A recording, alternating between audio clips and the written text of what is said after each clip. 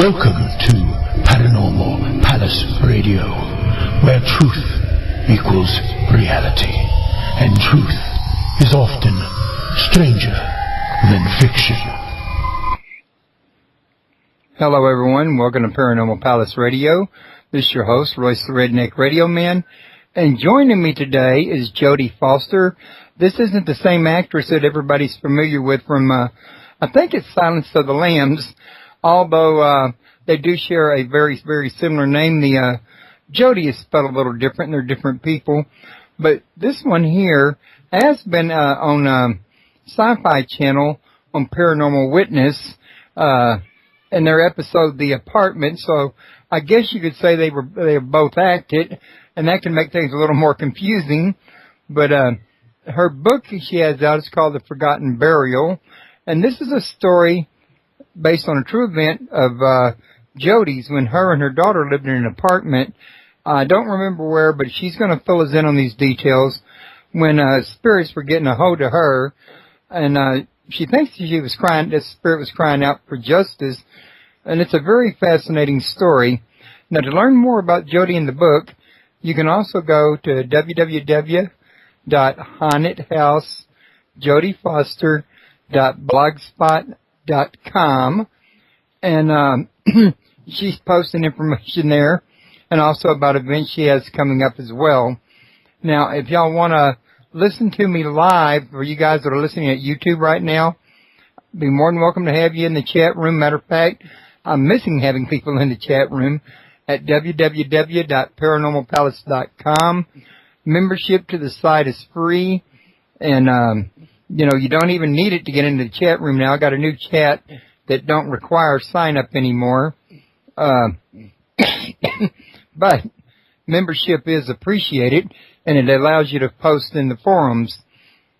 And also, you can be listened to at the same time on my newest show, www.talknowradio.com, which is a new variety show that I've just recently opened up that covers everything, not just the paranormal. And there was something I was thinking I was going to mention. Oh, yes, I remember what it was now. Forgive me there, folks. I just had one of those zip past moments. But the phone number to call in if you have any questions is 832-632-7904. You can also message me at Mr. Paranormal on Skype, and I can still add you into the call through that means. So, without any further ado, Jody, how are you doing tonight? Hi, I'm good. Thanks for having me on your show. I appreciate it. Kind of interesting story to tell. I would say it was a very interesting story to tell. I mean, I never got your book, but me and my wife watched the my apartment episode on TV, which was very in depth in itself, and I doubt it covered everything you had in the book, because movies seldom do, much less an hour-long show, but it still covered quite a bit. Right, absolutely. Yeah, it was, my book has so much more detail and so much more to the story than what they showed on the apartment. But yeah, they did a really great job. I was really happy, how it came out, how it turned out. In fact, I didn't actually get to see the episode until it aired live for the first time on Paranormal Witness. So I was a little bit anxious about how they were going to portray us, I was like, oh God, are they going to, I'm going to look like a crazy nutball lady or something. But, I was really happy, it turned out really well. So, but it was actually, although the show turned out really great, it was scarier living in the apartment, I should say, than being on Paranormal Witness. Being on Paranormal Witness was scary, but living in the haunted apartment was even more frightening. Well, actually, we've had some haunting activity here, we think, like air conditioners just coming on when nobody's around them. We never figured out why it was doing it, but, there was no harm done, so we just kind of ignore it. Yeah.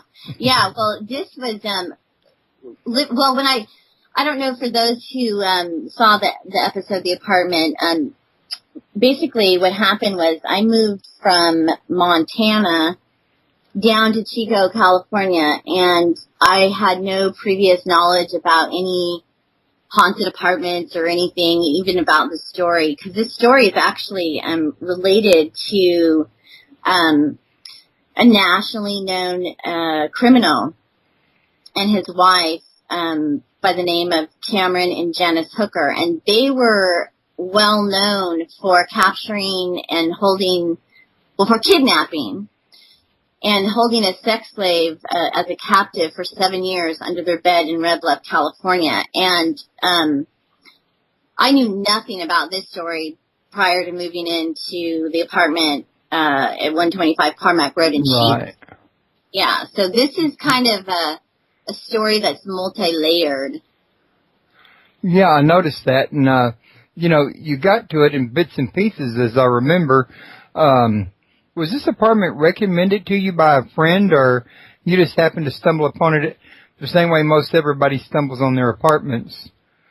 Yeah, well, actually, how it played out was when I came from Montana, I was staying with my friend Edie, who was in the apartment episode as well, and she was pregnant, and she had a husband and a son, and so the living quarters were really cramped, and so I was just, I'd only been in Chico for a couple weeks, and I said, well, I need to find myself somewhere to live, and so I ended up riding my bike around Chico, and I just happened, like you said, to stumble across this apartment complex. So I didn't consciously go out looking for, a haunted apartment or anything like that. I just happened to fall into this strange, mysterious circumstance.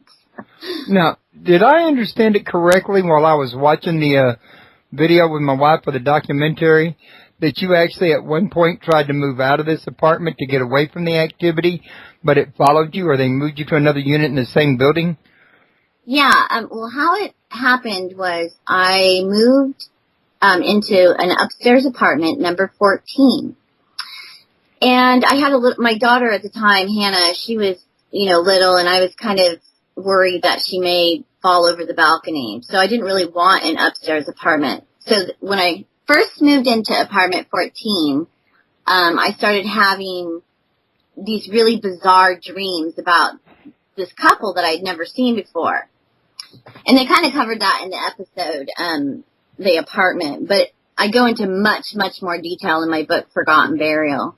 So I start out at number 14, and then the manager came and said, well, we have another apartment, a downstairs apartment available, number 23. And so although I was having some strange, bizarre nightmares and waking up at 3:37 in the morning, I actually, the haunting eventually escalated in number 23. I only stayed in number 23 for 30 days before I was like, I can't stay here anymore. Everything kind of culminated into this one night of complete bizarre mayhem. And then I went to the manager, and actually I write about this in my book. The manager actually was a part of the story, although in the apartment on Sci-Fi they didn't cover that. The apartment or the show on Sci-Fi didn't go into the details of how the management knew that there was a possible haunted apartment, haunted apartment, and that the manager, her name was Leslie at the time, she was actually aware of the situation. And that night, that everything culminated into this crazy, bizarre, situation where Misty, who's also in the docudrama, it was Misty, me, Hannah, and the manager. The manager actually let us spend the night at her house, which is very unusual to do, after having that haunted experience. Uh-oh, sorry, my dog's barking. Okay. Stop.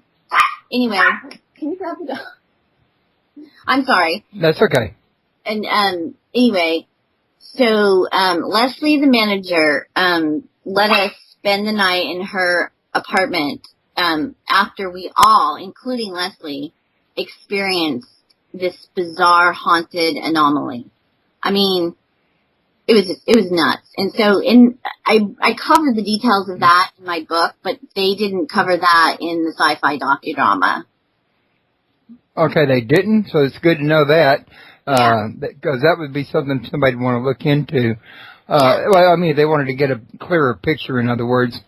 Right. So ultimately, what ended up happening was the manager, Leslie, knew that the apartment complex was haunted. It wasn't just limited to just those particular apartments. There was stuff going on in other apartments. I found this out way later. And I'm actually working on my second book right now that tells those stories, that this wasn't just limited to like a particular apartment. It was the whole apartment complex. And so it wouldn't have mattered what apartment you was in. You would have had some kind of activity. Yeah, absolutely. And, come to find out later on through some investigating and some other things that kind of unfolded weirdly enough, I found out that the apartment complex had been haunted by a woman who had been visiting little children for like over 25 years. So it would be mostly little kids who would see this woman in various different apartments. But at the time, when I was writing my first book, I didn't have, when I was finishing up writing Forgotten Burials, when all of this information came to me, and it was these were random people that didn't know each other that would come to me and say, "Oh my gosh, Jody, I lived in number 36 and this is what happened to me," or "I lived in number 54 and this is what happened to me." And so it was really strange to find out that, it just wasn't limited to one apartment. So I didn't want to live there anymore. I told the manager, I was like, "Get me out of here." So what they said to me, or what Leslie said to me was, "Jody, we'll move you out of the apartment complex." She talked to upper management. "We'll move you out of the complex to a different apartment complex that we own in downtown Chico, but we ask that you don't say anything about the apartment complex being haunted." I remember that in the docudrama. Yeah. So they, the management asked me to remain quiet about my experience because they didn't want they didn't want to have that, hanging over their heads when they were trying to rent out apartments. I mean, I guess some people would think it would be fun, but then they didn't want to have, this bad reputation of, this one. Yeah, we can't blame them for that. So, part of the deal was they would pay for me to move, but I would have to remain quiet. And for the longest time, I thought to myself, hey, whatever it takes, I don't care. As long as I'm out of that complex, everything will be fine. I thought that when I moved away, that was going to be the end of the story, but it wasn't the end of the story. And so that's where I end up, having more dreams. My daughter's having dreams. My friends are having experiences. I mean, it continued for about 7 years, actually. So they had, the spirits might have attached to you and your daughter and followed you out of the apartment?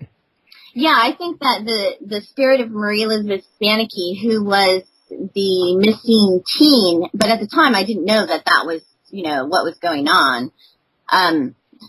I believe that she attached herself to both Hannah, my daughter, and I, so that we would help her to solve her murder. To help find the remains, her remains, and to bring some other pertinent information to light that wasn't known, which wasn't covered in the docudrama.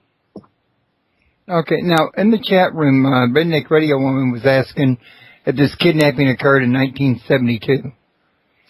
The kidnapping of Marie Elizabeth Spanicky happened in January 31st, 1976. 76, okay. Yeah. So, it wasn't just a, random, this couple actually had made a plan.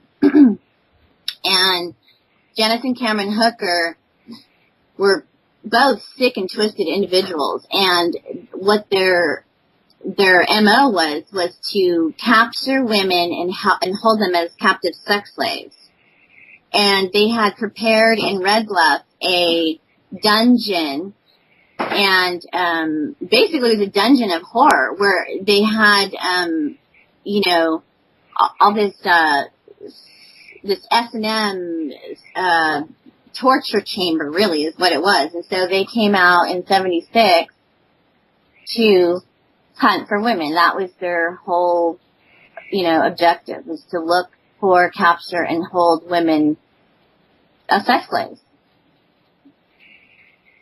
So, 1976 is when that began to, that's when the story began. January 31st, 1976. And in my book, Forgotten Burial, unlike the episode The Apartment, there are answers to the number thing, like 3:37 in the morning and the 35.76, and all those things are covered in my book, but they weren't covered in the docudrama. Right, but there was one thing that was covered in the docudrama. It was very interesting, and I was really trying to figure out how far into the show I wanted to wait to get to it with you, but while we're talking about this now, I guess is as good a time as any. And that's the fact that at one point, one of your dreams involved seeing the victim getting her throat sliced, not enough to kill her, but enough to silence her, I think it was, if I remember correctly.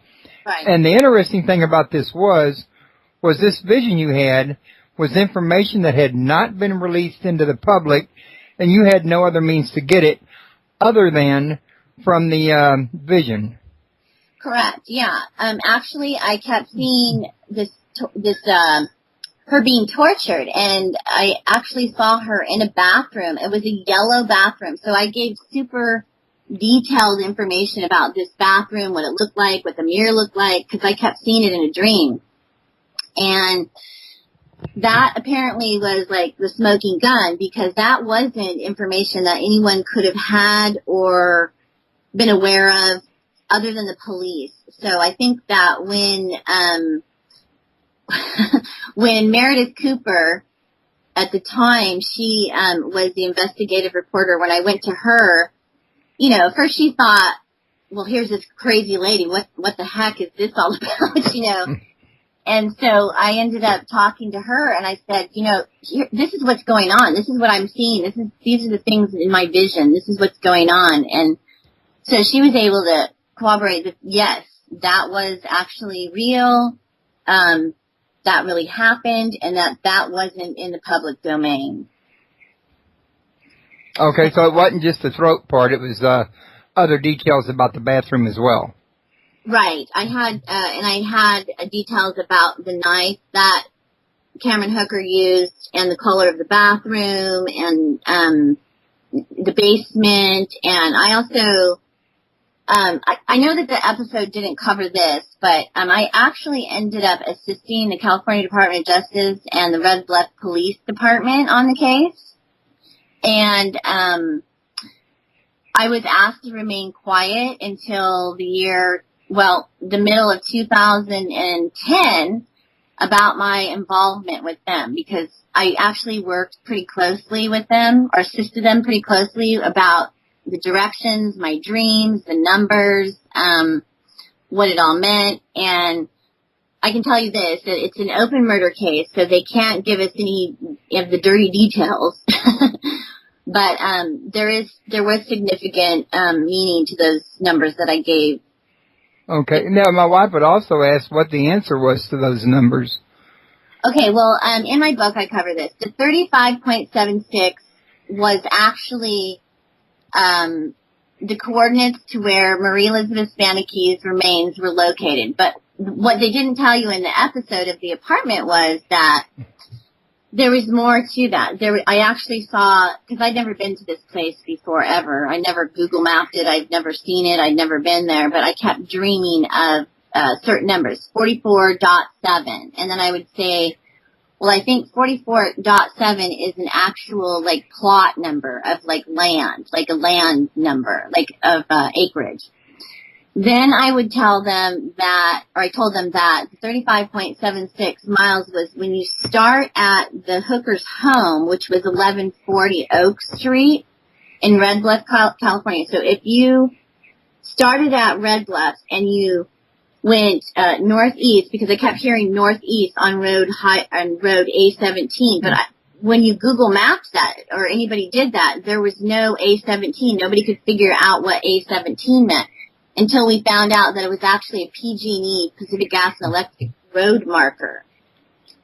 And so A17, it all kind of like corroborated the information, like all the numbers and everything came, it all made sense. The pieces of the puzzle came together once you put, 1140 Oak Street, 35.76 miles northeast on Highway 44, A17. I mean, it all was where, I have to say alleged remains, I guess, at this point, So there was meaning. The police did tell me that I was extremely helpful, and eventually they're going to actually be able to say that, yes, I was helpful on this case. But at this point, because it's an open murder case, they can't say, well, Jody told us exactly where to go to find the exact bone that we found, because they're putting together the murder conviction at this point. So this case is still open?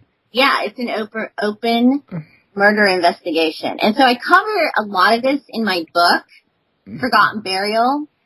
So a lot of people have questions that are kind of like left unanswered, but there's a lot of answers in my book. Right, which I'm sure a lot of the questions my wife was writing down that night was probably stuff that was left out of the, docudrama, which naturally made her curious. Yes, absolutely.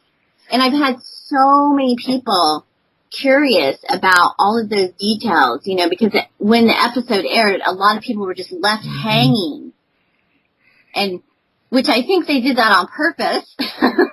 Yeah, always leave them wanting more. Yeah. And the ending of the apartment episode, it is not the ending that actually happened to me. So I hope that makes sense. The ending to my book is actually different than the ending to the apartment. Right, which again, too, the show only had 1 hour, had to capture what it felt was the most important part to display, whereas you had more room to display more details. Right, absolutely. Yeah, so I think that if people get my book, they'll have more answers. And then because I wasn't, and I'm still not able to share certain information regarding the police investigation yet, because I was asked to not talk about certain things, that will come out in my second book. Okay, and when do you think you're going to have the second book out? Well, at this point in time, I self-published my book, and so now I have a literary agent who's pitched it to a big publisher, and so apparently, according to publishing, they will buy the rights to the story, then they republish it. So we're talking probably another year and a half before the second book is released. Okay. So, but it is coming, and it's already been written, it's just waiting to go through the ringers? Yeah. So, but my first book, Forgotten Burial, has many answers that weren't addressed in the apartment.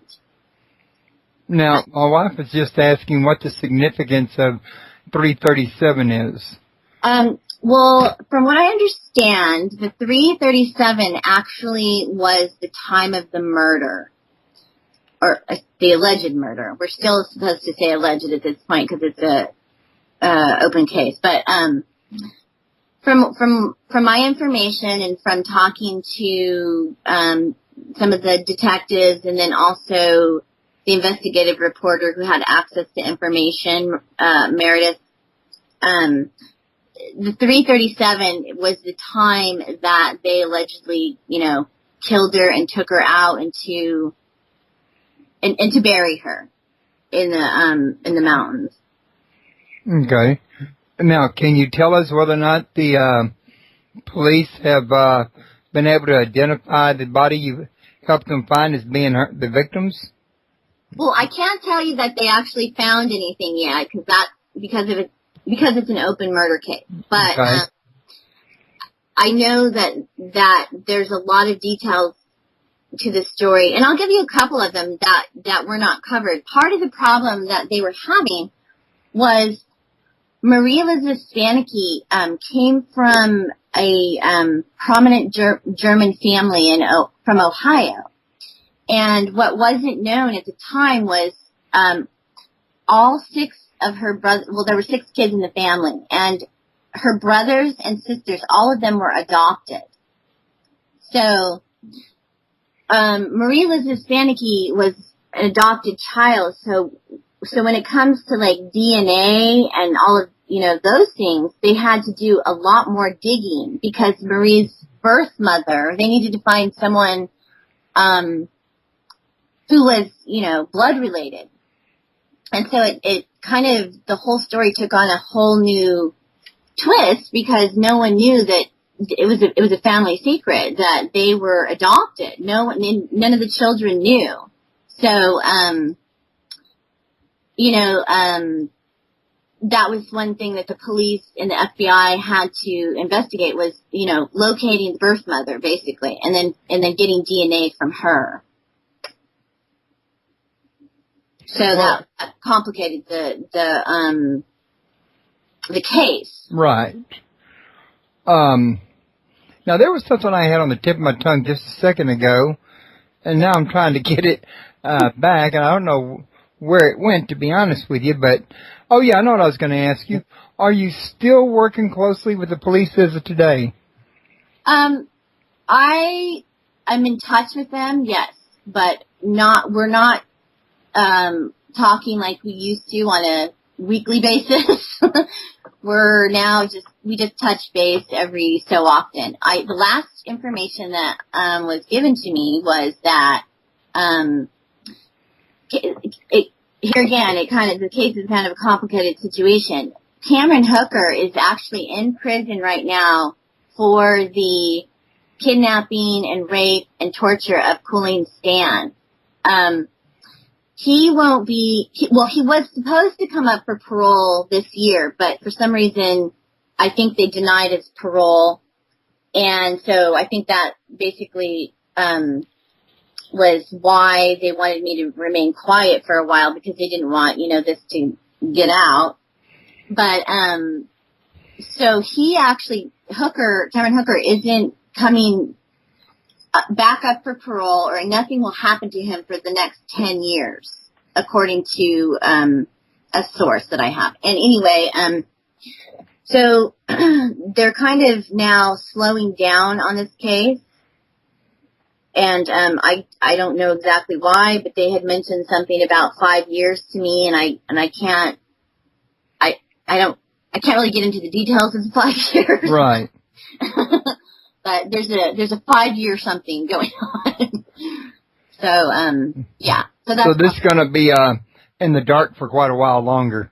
It may remain in the dark for a bit. I know that they have a lot of information. And because the case was really complicated with Colleen Stan, and because there was,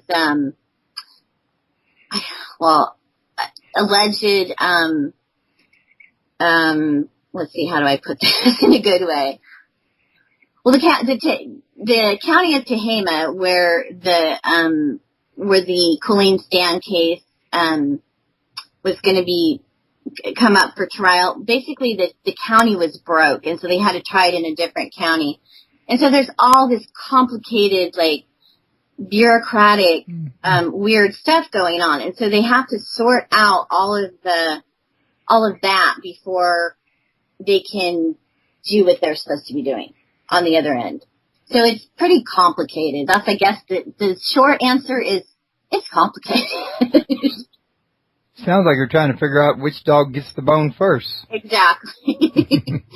So, there's a question in the chat room. What was the contraption they put on her face? Yeah, that was Cameron Hooker worked at a sawmill, and he was pretty handy with woodworking. And so the woodworking talents that he had turned into he turned those skills into making contraptions for torture and in captivity. And so the face contraption was to silence his victim. And if you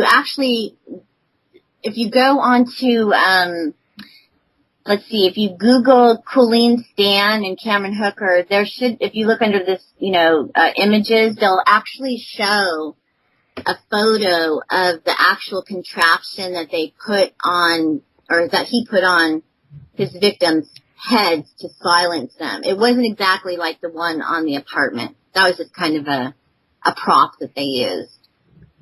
The other one actually silenced the victim with, it had so much foam and just this weird, head box thing. So it was to contain and to keep the women silenced.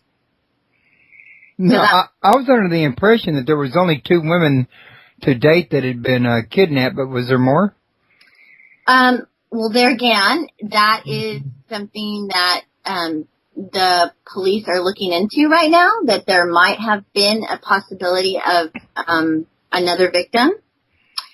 And so that also is something that is on the down low, I guess. Right.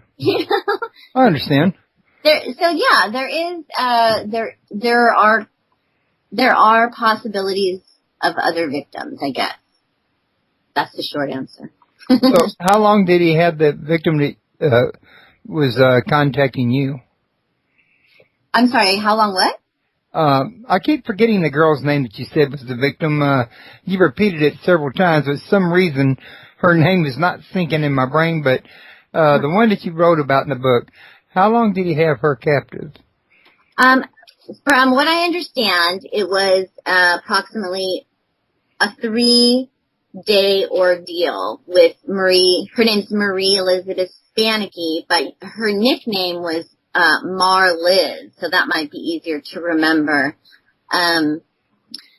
But she was a fighter, and she, she came from, like I said before, a prominent, rich German family from Ohio. So some of the information that I gave to the police was that Mar Liz was a fighter, and that she was fighting for her life. And so what ended up happening is, because she was a fighter, she ended up losing her life because she fought against this man. The other women they were more submissive and, ended up becoming sexual slaves, whereas Marliz was a fighter. And I believe that her fighting spirit continues on, and I know that the reason that she was trying to contact me, I know now why. It wasn't simply just to find the remains of Marie Liz Hispanicky. There was a bigger picture. There was a bigger story to be told, and I covered that in my book. I tell you what the significance of this is. It involves so much more than a haunting and a murder. It involves I don't want to give all the details away, but it basically involves Cameron Hooker's wife, Janice, and what happened after Janice was granted immunity from the Colleen Stan case. So I cover all those details in my book, Forgotten Bears. You're making my mouth water for your book. So there's and like I said, the apartment was an excellent, show as far as being, it covered the details of living in a haunted house and the scariness of it, and, all about the haunting, but it doesn't cover why, and what happened afterwards. Why Marie Liz Hispanicky was haunting the apartment, why she was trying to get somebody's attention. And so it's kind of shocking when you read my book, because most people are like, oh my God. I mean, they thought the ending of, the apartment was shocking. When you read the ending of my book, it's even more shocking. So it's, it's a little bit, it's even scarier, actually. Well, you stop and think about it. In all actuality, this may end up being I'm stumbling over myself here because I'm multitasking, but it may end up being a movie somewhere down the road, like a full-blown 2-hour movie. Yeah, to me, and it might go into more detail. Yeah. In the movie. I mean, there's a new movie coming out called The Conjuring that's based on a story of, a couple in a haunted house and the Warrens investigating it. It had both good and evil spirit activity in it, what have you. They do these kind of movies, in other words. Yeah, actually, that was my thought, too, is there's so much more to the story that could be covered in an actual movie that people would be shocked about, because the story, like I said, is really multi-layered. It's not just a simple haunting. It is really, for me, it was a spiritual journey of unfolding, and then to find out that I wasn't the only one experiencing the haunting over the years, and then to find out about the land where Marie Elizabeth Spanicki lived, where the apartment complex was, and what that land was related to, and then why Marliz was haunting me and other people, and it's very multi-layered. So yeah, I can understand, in the apartment, they obviously couldn't cover everything that, was significant to the story. So hopefully there'll be a movie someday. Well, I wouldn't be a bit surprised. Also, there was another question in the chat room. What was the significance of Ernie and what happened to him? I always get that question. That's funny. Well, the Ernie doll is very significant to the story, and I don't like to give away all the details of why, because it's covered in my book. I cover why Ernie was haunting me and what significance he has, and the meaning of Ernie. So I don't want to give away too many details, but suffice it to say, it's a very shocking detail as well. Well, right. If you gave out all the details, nobody would want to read the book. Right. So, yeah. So hopefully, Forgotten Burial, the radio version. Yeah. Well, for more details, definitely get the book, because they cover so much more in it. And then in the second book as well, you'll understand the significance to the land, what also happened to Edie, who was in the apartment complex. My friend Edie, there's a twist that they didn't cover in the apartment to her story as well. And so that is covered in my second book. Why Edie, ended up having a big part in this story as well.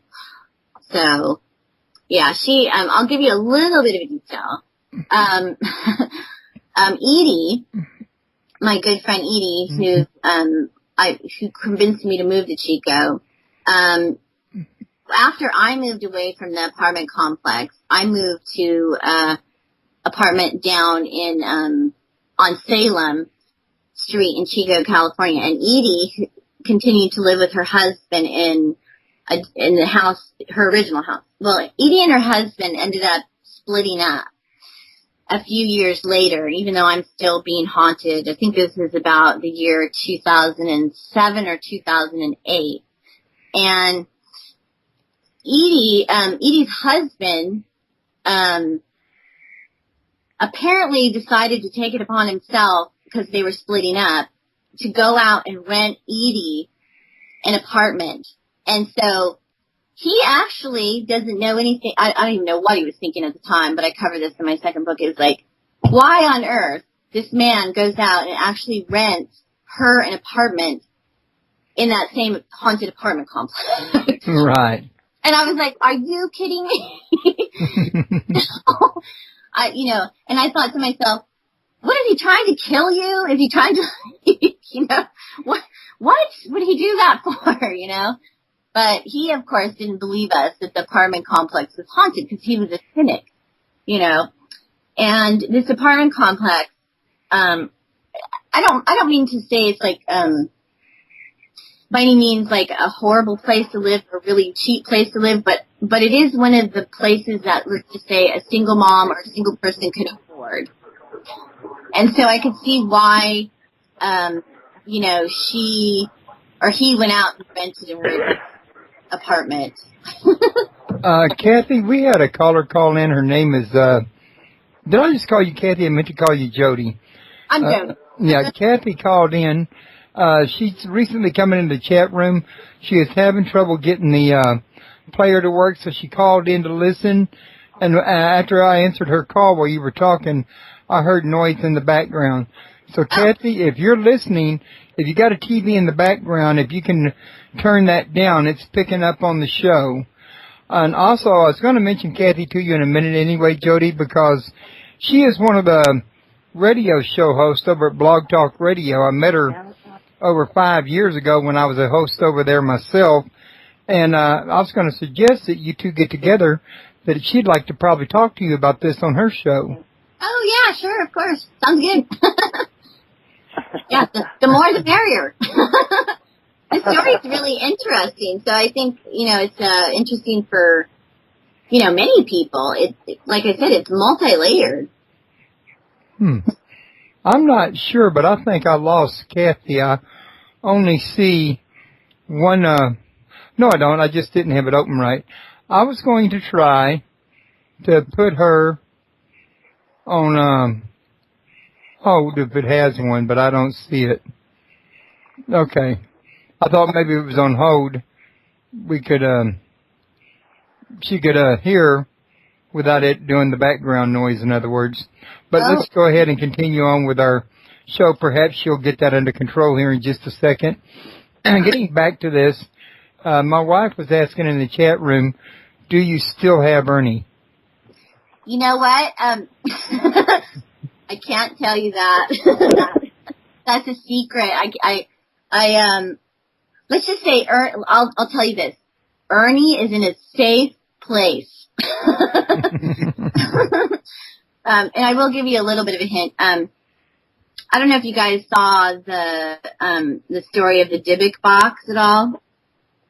Which was actually, I think it was a show right before my show aired on Paranormal Witness, and it was about, this haunted wine box, and they actually had to, destroy it in a certain way or hide it in a certain way. So with the Ernie, there is a significant, there was something we did with Ernie, yes. I don't have him in my house anymore. He scared me too much. Okay. Yeah, he was too creepy. I mean, that whole, he would wake us up in the middle of the night screaming, I feel great! I feel great! I feel great! And I would just jump out of my skin. And, at first I questioned my own reality. I questioned whether or not the thing needed a battery. And I talk about this in my story, Forgotten Burial, is I actually went out and, purchased another doll. And so I talk about, another Ernie doll, and what happened with that Ernie doll. So there were actually 2 Ernie dolls. And, one of them we actually gave away as a gift to somebody. I feel really bad about that. But yeah.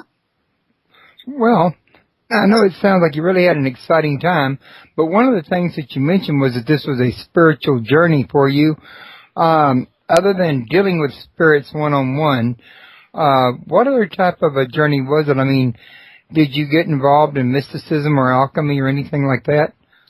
Well, what ended up happening, and I feel like I'm saying like too much about my book, but I cover my spiritual journey in the book. I started out being a Christian, and just your typical, like, you know, Christian who doesn't believe in anything other than God, and anything of a spiritual nature is considered taboo, and from the devil. But my spiritual journey is about me,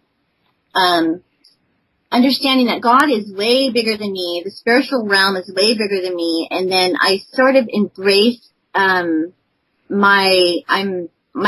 great grandmother and my grandfather on my father's side were both full-blooded Cherokee Native American Indians, and lived over in Oklahoma. But I eventually start embracing the fact that there are other ways of thinking and being in the world, and there's more to spirituality. I still consider myself a Christian.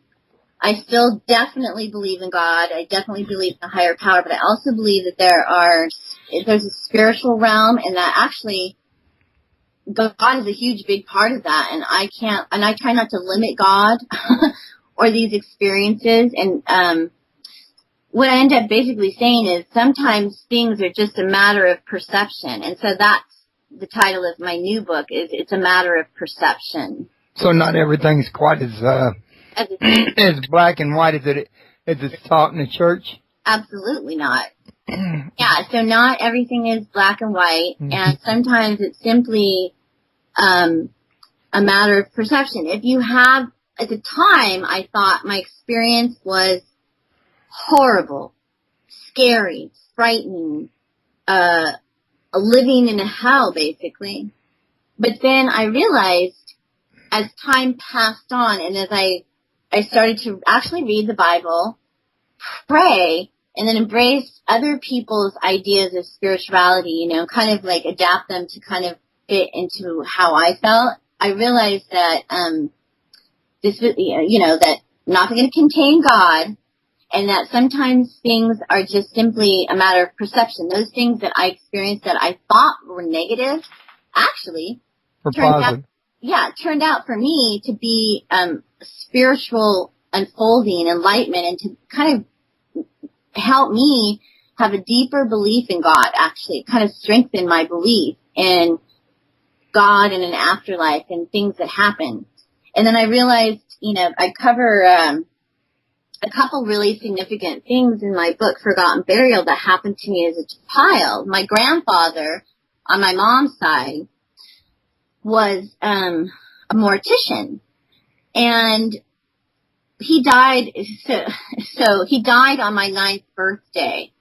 And so I talk about this in my book as well, you know, how my grandfather, the significance of him dying on January 31st, 1976, which was the exact day that Marie Elizabeth Spanicky went missing, January 31st, 1976. And all these things that happened that correlated with numbers, that correlated with experiences. It's like there was a ton of synchronicity. A lot of synchronicity, and, you know, it made me believe that there's some sort of like, I know this might sound a little kooky, but I don't mean it to be kooky. There's like sacred, sacred geometry. There's different things that are significant, that really are relevant and to our life and our existence as we see it right this second, you know. So the spiritual journey is, me having these experiences and really greatly deepening my belief in God. Well, I can see where that could really happen. I can imagine, though, it also led to a interpersonal turmoil between what you've been taught all your life and what you're learning now. Oh, absolutely. Yeah, and then to find people who would believe in me or believe in my story. And, you know, it's kind of like at first when you start telling people, oh, I lived in a haunted house, they're like, yeah, okay, lady. Whatever you say. You know, and then, no, I did, you know, and then, but the thing about my haunted story, it was like, there was actual proof eventually. And then, there was no way I couldn't even look at it anymore and say to myself, I mean, I tried to live in this denial of my experience for a really long time and just chalk it up to, well, I must be crazy. But, go ahead. I'm sorry, I didn't mean to interrupt you. I was just going to ask you, do you think there's a chance that one day the police will be able to come forward after they've finished the case and say her experience was real? She had this information that she told you she had about the bathroom that, we can confirm she had no way to get it. You think they'll ever, come up to the plate and bat for you? Yeah, I do actually. There's a detective by the name of Detective Randall, who is actually the first person I, started to assist. And recently I've asked him that question. I said, people, I think there's a lot of skeptics and there's a lot of, well, heck, I'm skeptical at times. but, I'm like, can you please, eventually say something that I actually was of some help? Because, I might have this really interesting, great story, but I need it to, be based, in some reality here. Can you confirm to me something? And eventually, Detective Randall said, these are his words, Jody, soon enough you'll know how helpful you've been, and I will come to Chico and take you out for a beer. So, yes. I think that Detective Randall will step up to the plate and he will eventually come and take me out for beer and say, yes, Jody was helpful. Well, good. That's important to have, I think. And, that'll be something to be good to go in your second book if your second book ain't already completed. Yeah. Well, I guess I'm just learning this with publishing and whatnot. There's always room to add more to the story. So, I think they'll let me add more. In fact, when we were talking, they were saying, well, sometimes I guess people want a series of books, 1, 2, and 3. So who knows? Kind of like Steven Spielberg writes. Yeah, exactly. Stephen King and all those, but I'm like, well, wait a minute, but my story is actually real.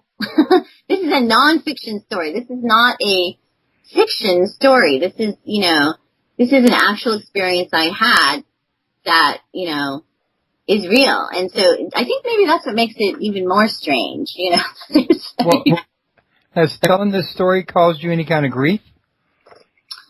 I believe yes, at first it did. I was very reluctant to share my story or my experience. And I was really afraid of what people were going to think about me. I thought, well, I already had, some anxiety issues. I was a very highly, highly sensitive person. And I was worried that if I shared my story, people were going to say, well, she's crazy. But then I eventually was like, well, you know what? Maybe I am crazy, but there's a whole lot of other crazy people in the world that have had these experiences, and I'm going to find them so that we can talk, We'll just all be crazy together. Exactly. And I told my friend Edie, I said, we might as well just get ourselves in on a family loony bin plan, we can just all go together and just lock ourselves up in the mental hospital. But, now, some of those places are haunted, too. Yeah, exactly. I know. I have this really weird story about a friend of mine who actually, and this kind of helped me as well on my journey, is a friend of mine was going to school to become a counselor. And he was a Christian, and he had to run a schizophrenic day group. And he had about 10 men in this schizophrenic group that he was, overseeing. So he tells me one day that, he was really scared because this is his, basically his first time with these people, and, here he is trying to get his counselor's degree or whatever. And so he says a prayer. Dear God, please send a guardian angel to stand behind my back and watch me as I'm running this group, as I'm the leader of the group, please send an angel to stand behind me. So apparently in this group, of schizophrenic people, they're talking, doing whatnot, and one of the clients was staring over his back, staring, and it scared my friend. And then the schizophrenic man out of the blue says, I can't help but staring at you, staring behind you. There's a gigantic angel standing behind you. And I guess that really scared my friend, a Christian friend. And I was thinking to myself, you know what? Maybe there's a fine line between, mental health and That's pretty interesting you should say that. I mean, I recently had a man on twice named Seth Farber, who's a psychologist, has a book out called The Spiritual Gift of Madness, and he believes that a lot of people diagnosed with schizophrenia and bipolar might be mystics or shamans that's going through a spiritual awakening. And I just recently had a guy on, and he's going to be back again tomorrow, in fact, that's a patient that was diagnosed with bipolar who says that he was having a mystical experience. Oh, yeah. So you mentioning that just brings them two to mind. Yeah. I mean, I think there's a fine line, and that there has to be some, accountability. I mean, obviously, if we're running down the road and we're seeing, where someone's naked running down the road with a weapon trying to kill monsters, obviously that person needs to be locked up, and get some help. There could be, something to the fact that, a lot of mental health issues could be chalked up to that. That makes sense to me, that there is a spiritual realm, and that maybe people who are highly sensitive in that kind of a way, are, schizophrenics, or people I have anxiety attacks. And I realized over the years that I was just really sensitive, for instance, to people's energy and fluorescent lights and different things. So I have to take care of myself to not get overwhelmed with those experiences. And I believe that's also why I was sensitive to the spiritual realm, and why Maria Liz Hispanicky was trying to get in contact with me. Because I was a sensitive person, and I listened to her cries. I listened to her story. And now I also think that little kids are way more sensitive than us grown-ups, and so I think that's why a lot of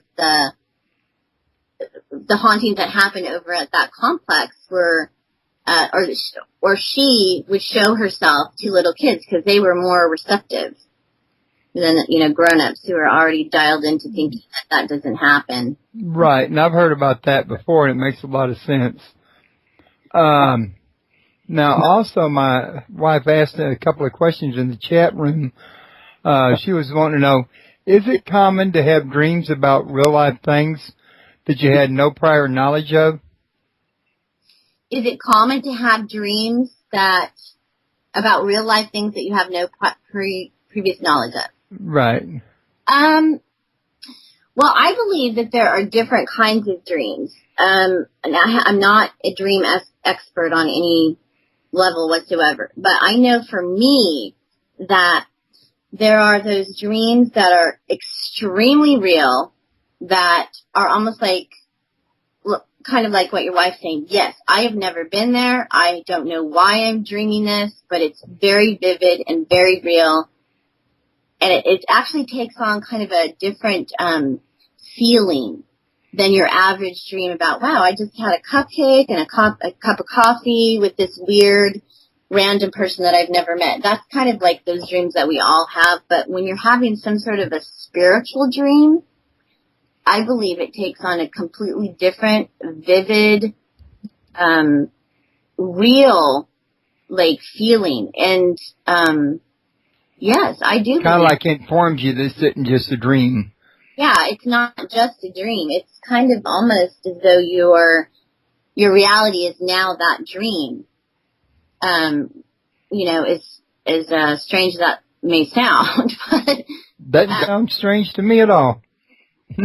No, I believe that. Yeah, and in fact, I believe that some Native Americans say that we're actually sleeping right now and that our dream lives are actually reality. You know, I'm part Cherokee and part Choctaw, but I don't know if my tribe would say that or not. I'm just not familiar with the lore. Yeah, some people mention that, this is a dream, or this isn't just our only reality. So, but I think you have science is starting to back that up too in quantum mechanics. The multiverse theory. Right. Yes, I've read about some of that. I've had guests on about it. Also, she was asking about your deaf friend and how did she learn to sign? How did she learn how to sign? Yeah. Misty, she actually was born deaf mute, and so she went to school to learn how to sign. I learned sign language through Misty and then another friend that I have that is actually deaf. So I'm not I'm not that great at sign language, but I can communicate. And it's pretty interesting. So I think that for her, Misty, because she was deaf, obviously her experience was through different senses than hearing. The haunting was felt, more like an animal. Like the hair on the back of her neck standing on end, vibration, she would say. Because she couldn't hear. She didn't know, she couldn't hear the Ernie doll, saying, I feel great, I feel great, I feel great. But she saw the Ernie doll move from one location and then to another location and then go, what is going on?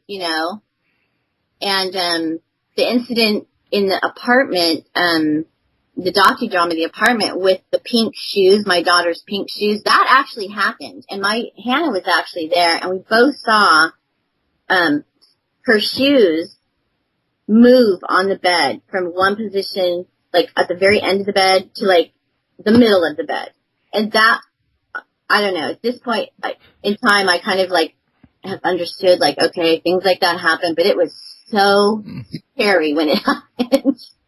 Yeah, that reminds me of another scene I saw in the docudrama that involved your daughter, and I think it was your keys were missing, and you thought she had taken them, and you had trouble believing that she had not, but you found out later.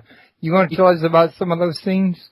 Yeah. Well, when I first moved in, I was very organized. I was very particular about things because when I used to live in the mountains, and so when you live in the mountains, you kind of have to be prepared for anything. I lived in the mountains like 3 hours away from any town, so I was always prepared to go or whatever. And so I'd always have my keys, my purse, shoes, coats, like very organized at the doorway, right when we're ready to go out. Well, the keys, I had on a key ring, and I would put them there when I got home from someplace. And for the life of me, I would say, "Dear God, Hannah, why are you moving the keys? Mommy is very, particular. Keep them there. Stop moving them." And she'd be like, "Mommy, I'm not moving them." So I would get really frustrated at her. I'd yell at her. I'd say, "Why are the keys in the bathroom? They're supposed to be on the hook in the front living room as we leave the door." And, she'd say, "Mom, I didn't do it. I didn't do it." Of course, at first I didn't believe her. I was having these nightmares. She was telling me that there was a lady in our house following me around. She thought she was a friend of mine that would just come to visit every so often. But, obviously, that wasn't the case. It was significant. It was significant because she actually, moved things around. The ghost, Marie Liz Hispanic, he moved things around. And I believe now it was just simply to get my attention. But at the time, I didn't understand that. At the time, you thought you was being scared. I was. I thought that somebody was in I actually thought that there might have been a stalker in the apartment complex. So my dream started out I was thinking there's actually a real person stalking the apartment complex. So somehow I was like vibrating or vibing this situation, even though it happened so many years prior. But I was still getting that energy, that stalking energy, that looking predatory, nature, whatever. So I'm thinking, maybe someone's coming into my house. Maybe I'm being paranoid. Maybe. But eventually, no, we find out that, it could be. Yeah. Well, at the time I really was like, God, I'm really insane. I'm a little nuts. I'm a little OCD. I'm a little You're a little psychic? I need some medication, exactly. Because my wife just sat here and said OCD a bit, and then you just said you're OCD. Oh, that's funny. Listen, I was going to mention we've been going for about an hour and 5 minutes, and I just thought it'd be nice to ask you if you could use a break. Yeah, actually that'd be great for a second. And my daughter is actually here, so maybe it'd be kind of fun to ask her some questions. Okay, well, when we come back from break, we'll try to put her on. Okay, sounds good. Then let me get the break time music going here, and I'll turn off the mic. Okay.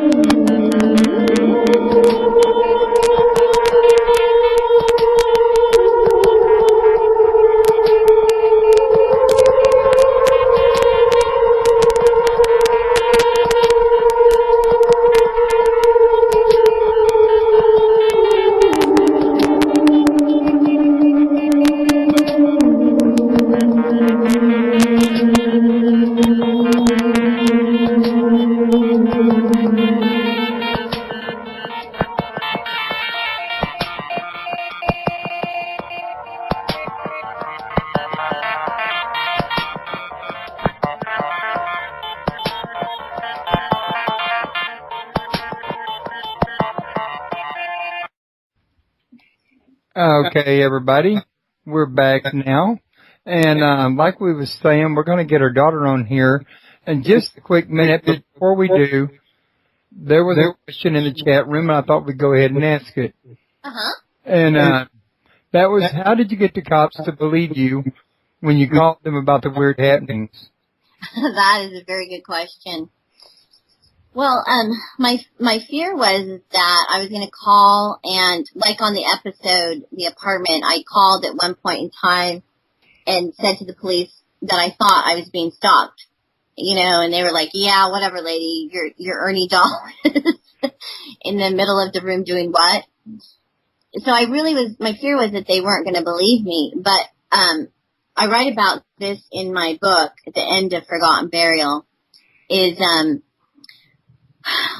the way it unfolded was, very bizarre. And actually this is part of the second book is, I was standing out in my front yard and I was raking leaves and I was just thinking and I was, thinking about what I'd gone through. I'd experienced all this weird, like, living in a haunted house, this paranormal stuff, and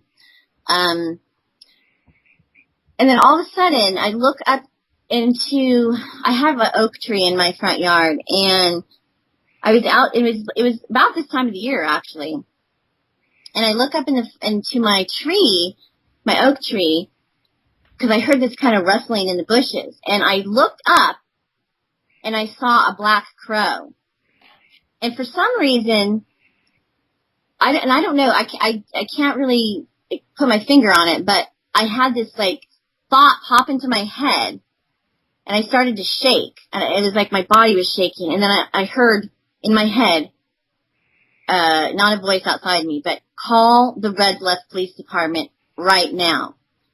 And I kind of tried to, like, brush it off. I kind of thought, oh God, I'm just having some kind of weird, like, thought. Brush it off, Jody. Boom. No, I can't. The thought pops back into my head. All of a sudden, this black crow, boom, swoops down like it's going to hit me in the face. And then it was kind of like, at that moment in time, I knew that was like that was a sign of some kind. And so I hear that thing in my head that says, call the Red Bluff Police right now. So I go into my house and I sit at the kitchen table.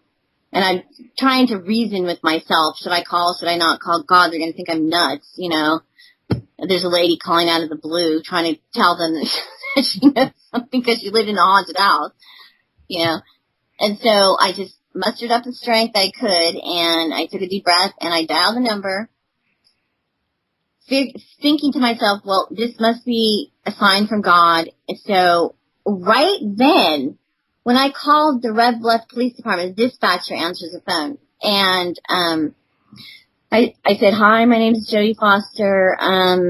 I have, this is going to sound really crazy, but I'm wondering if I could speak to somebody about a case from 30 plus years ago. I think I might have some information that might be relevant to the missing person case. The lady on the phone sounded really strange. She kind of had this kind of voice like, what? Like, huh? And so for a minute there, I thought, God, she's going to hang up on me. But she said, hold on, Jody. There's someone I want you to talk to. And for me, I was like, okay, well, my heart's beating really fast. I'm thinking, oh God, what am I going to say to this guy or this girl, whomever's answering the phone?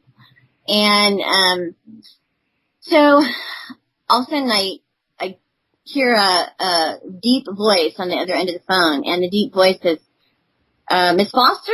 And I said, yeah, this is Lieutenant Sanders. Now at the time, I didn't realize, because I'm kind of this naive, like, mom. Basically, I'm like a mom, I'm not in the, I don't know anything about policemen. I'm a cook, I'm a mom. And so I get Lieutenant Sanders on the phone, and Lieutenant Sanders introduces himself and says, Jody, can you tell me why you're calling right now? And I say, well, I don't really know, except for I had this really overwhelming need to call you right this second. And all I know is this might sound strange, sir, but, I'm believing this is maybe possibly divine intervention. I think I might have some, like, information regarding the coordinates and the disappearance of Marie Elizabeth Fannicky and where her possible remains are at. And so he basically, I thought he was going to hang up on me, but he says to me, Jody, in all my years of working, I've never been as freaked out as I am right now. And I said, why? I go, what did I do? Why? You know, like my heart's pounding. And apparently right when I called, the Red Bluff police were in the middle of a meeting regarding the old cold case from like, I don't know, like at the time, I guess it was 30 some years, you know, and they were considering spending some money on reopening the old case.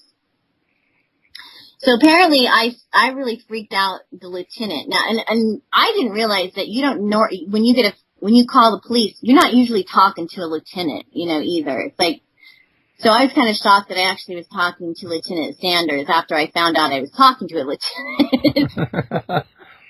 I got the big guys. Yeah, I didn't realize that.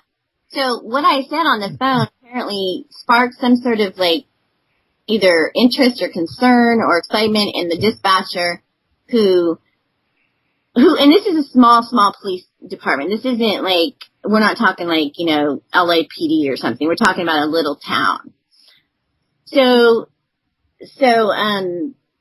apparently what I said, you know, threw them for a loop because they didn't know how on earth I could be calling right at that same minute that they're having this meeting. I didn't know how I was calling at that minute either, or what I had to say was even relevant. But the lieutenant took what I said serious because I had mentioned some things, like I said, that were not in the public domain. And so he said to me, how would a person who isn't either connected to the case or know the people or, you know, whatever, how would you have this information? And I'm like, I don't know, except for I got this information through my dreams. I can't tell you other than that, you know, so I was really honest. I said, if you want to think I'm a crazy lady, hell, I don't know, maybe I am a crazy lady. But, this is the information I have. So he was shocked. He was, you know, interested and shocked at the same time. And so he asked me, if he could have one of his detectives give me a call in the next couple of days. And so, you know, my heart's beating and I'm thinking, oh Lordy, when, you know, is this even real? Is this really happening? They're really going to talk to me? Good God. Okay. So within 2 days, I got a call from, a detective who was put on the case, which that was Detective Randall, who I talked about earlier.